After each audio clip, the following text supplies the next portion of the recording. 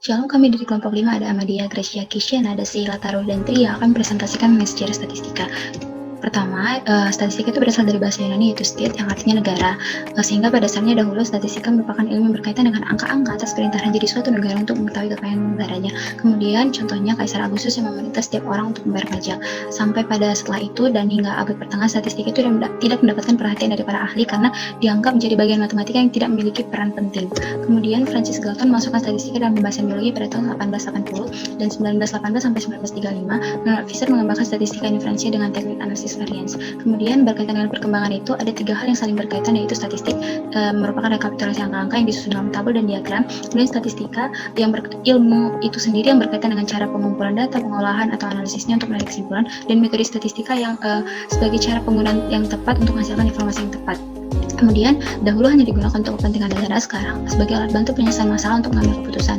Dapat kita lihat bahwa alam menyertai manusia untuk mengembangkan statistika dengan memberikan kita pikiran untuk mampu berpikir secara rasional dan membantu menyelesaikan masalah dalam kehidupan sehari-hari. Namun dalam keterbatasan kita sebagai manusia, apa yang kita lakukan juga terbatas. Seperti dalam perkembangan statistika, kita mengenal istilah error atau galat, di mana tidak semua apa yang kita lakukan itu tidak akan bisa sempurna. Namun di tengah keterbatasan kita, alam memampukan kita untuk menjalankan mandat budaya tersebut. Early Beginnings of Statistics. Pada tahun 450 sebelum Masehi, Raja memerintahkan Case of Ellis untuk menghitung lamanya waktu pemerintahan raja. Pada saat dia menggunakan nilai rata-rata. Kemudian pada tahun 431 sebelum Masehi muncul pertama kali istilah modus. Ini berawal dari teknik peperangan yang dilakukan pada zaman itu. Kemudian pada tahun 400 sebelum Masehi, Mahabharata dan Raja Rupama itu melakukan pengambilan sampel untuk yang pertama kalinya, untuk menghitung jumlah daun pada suatu pohon. Kemudian pada tahun 2 Masehi, dinasti Han dari Cina melakukan sensus penduduk untuk pertama kalinya. Kemudian pada tahun 7 Masehi, Gubernur Romawi di Yudea itu memperlakukan sistem pajak untuk keluarganya. Karena itulah Yusuf dan Maria pergi ke Bethlehem untuk membayar pajak. Kita bisa lihat di Injil Lukas. Kemudian pada tahun 1800-an, statistika semakin mengalami perkembangan sangat pesat, di mana pada saat itu penyajian data sudah dilakukan dalam bentuk tabel, histogram, grafik, dan lain sebagainya. Kemudian perkembangan yang sudah saya jelaskan tadi tidak terlepas dari sejarah ilmu peluang, di mana pada saat Pascal dan Fermat bekerja sama tentang persoalan matematika yang berhubungan dengan dataran daru, membuat De Moivre berhasil menemukan pendekatan distribusi normal terhadap distribusi binomial. Selanjutnya pada tahun 1809, Fritz Gauss dan German Callibu berhasil menemukan bentuk grafik dari distribusi normal. Kemudian pada tahun 1921 sampai 1936, Ella Fisher juga berhasil menemukan uji T yang merupakan perkembangan dari metode Pearson. Selanjutnya adalah statistik induktif atau inferensial. Sejarah lahirnya statistik induktif pada awal tahun 1900 yang dipelopori oleh Carl Pearson. Statistik induktif disebut pula statistik inferensial karena statistika ini mempelajari mengenai penafsiran dan kesimpulan yang berlaku secara umum dari data sampel yang tersedia. Tujuan dari statistika induktif adalah menarik kesimpulan berdasarkan perdugaan dari data sebagian sampel untuk digeneralisasikan pada seluruh anggota populasi. Kita masuk ke dalam tinjauan kritis.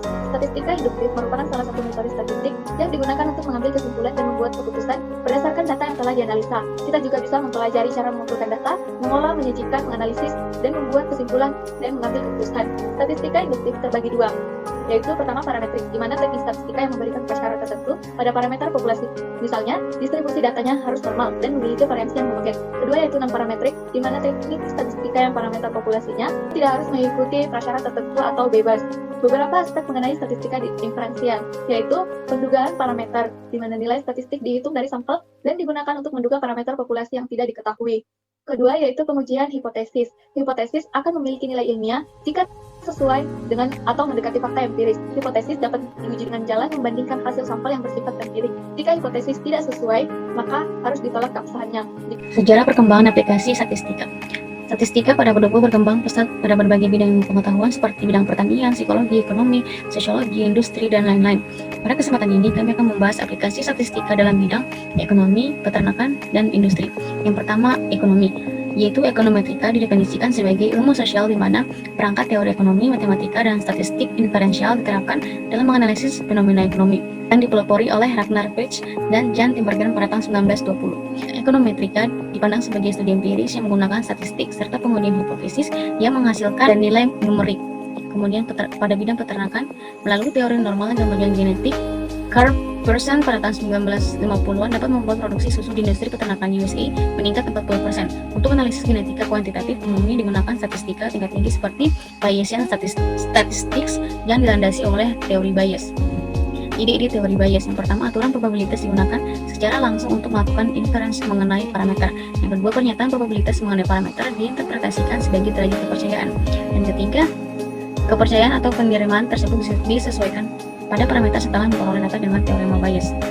Kemudian ketiga, industri, yaitu metode Taguchi yang dipelopori oleh Dr. Genichi Taguchi pada 1980. Metode ini dicetuskan untuk memperbaiki kualitas produk dan proses serta menekan biaya seminimal mungkin. Dengan metode Taguchi kita dapat yang pertama, menekan biaya eksperimen agar lebih hemat. Yang kedua, offline quality control, atau artinya kita dapat mengendalikan kualitas preventif.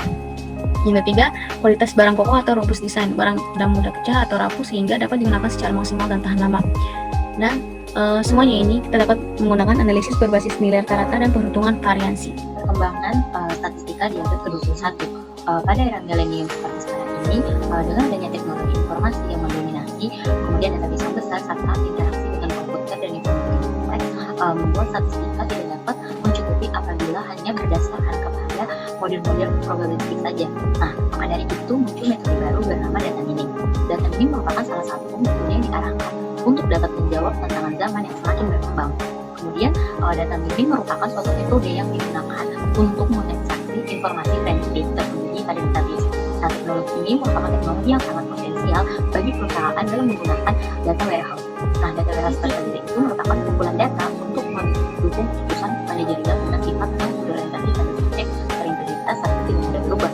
Nah, pada abad ke-21 dikatakan bahwa metode data mining merupakan metode yang akan banyak digunakan dalam berbagai bidang terapan. Pada metode data mining, spesifikasi permasalahan didasarkan kepada bidang ekonomi yang lebih diutamakan daripada pendugaan parameter, sehingga masalah tersebut dapat diformulasikan dengan benar untuk memperoleh solusi yang tepat melalui eksplorasi data.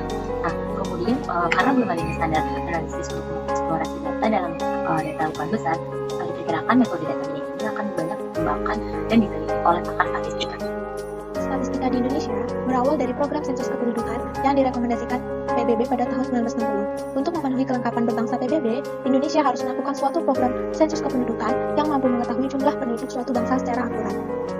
Ada dua pasal undang-undang yang menjadi ketetapan statistik di Indonesia, yaitu UU No. 6 tahun 1960 yang berisi tentang sensus penduduk menggantikan Volstelling Ordonantie 1934 milik Belanda, dan UU No. 7 tahun 1960 tentang berdirinya Badan Statistik milik Indonesia menggantikan Statistik Ordonantie 1934 milik Belanda.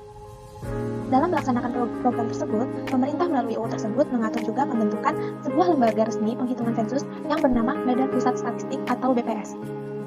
Presiden Soeharto menetapkan Hari Statistik Nasional pada Agustus 1996. Dalam konteks pendidikan, statistika di Indonesia pertama kali dikembangkan oleh Institut Pertanian Bogor atau IPB.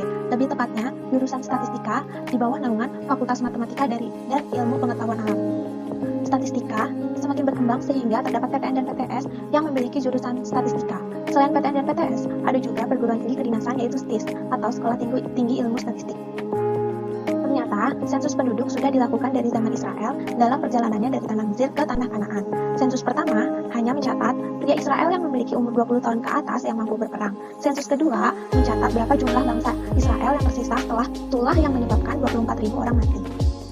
Statistika memiliki peranan penting dalam berbagai bidang kehidupan kita, diantaranya adalah ekonomi dan bisnis, yaitu analisis keuangan dalam bisnis saham, strategi pemasaran produk, perbaikan proses produksi, dan juga ramalan perkembangan ekonomi. Dalam penelitian pendidikan, statistika digunakan untuk menentukan model penelitian yang tepat, pengumpulan dan pemrosesan data, dan juga pengambilan keputusan yang tepat berdasarkan hasil penelitian melalui perolehan data. Di bawah ini, contoh tabel statistik metode pembelajaran yang digunakan untuk melihat hasil belajar siswa. Dalam kesehatan, digunakan untuk mengambil keputusan dalam beberapa penelitian kesehatan dengan data statistik, contohnya seperti pengujian obat untuk suatu penyakit, memprediksi penambahan kasus COVID-19 melalui data kasus aktif yang ada dan divalidasi dengan data negara lain sehingga dapat memberikan prediksi terkait perkembangan kasus. Selanjutnya dalam pemerintahan, contohnya adalah pendataan sensus penduduk dan juga dalam pemilihan umum digunakan dalam jajak pendapat sebelum dilaksanakannya pemilu dan juga jajak cepat atau quick count untuk menghitung suara hasil pemilu. Kesimpulan, awal kemunculan statistika di Roma oleh Kaisar Agustus membawa pengaruh bagi perkembangan statistika hingga saat ini. Seiring berjalannya waktu, penggunaan statistika menjadi sangat penting bagi berbagai bidang dalam hidup kita, seperti ekonomi, sosial politik, pemerintahan, kesehatan, dan masih banyak lagi. Dengan demikian, kita dapat melihat bagaimana perkembangan statistika sejak dahulu hingga saat ini dalam kegunaannya sangat berperan penting dalam mempermudah kehidupan manusia. Bersyukur untuk para statistikawan yang sudah menemukan dan mengembangkan ilmu statistik hingga dapat kita pelajari sampai saat ini. Kita juga perlu menyadari dan dalam kerendahan hati bersyukur atas berkat penyertaan Tuhan yang merupakan sang sumber pengetahuan sehingga kita dapat memperoleh pengetahuan sehingga saat ini. Sekian presentasi dari kami, terima kasih, Tuhan Yesus memberkati.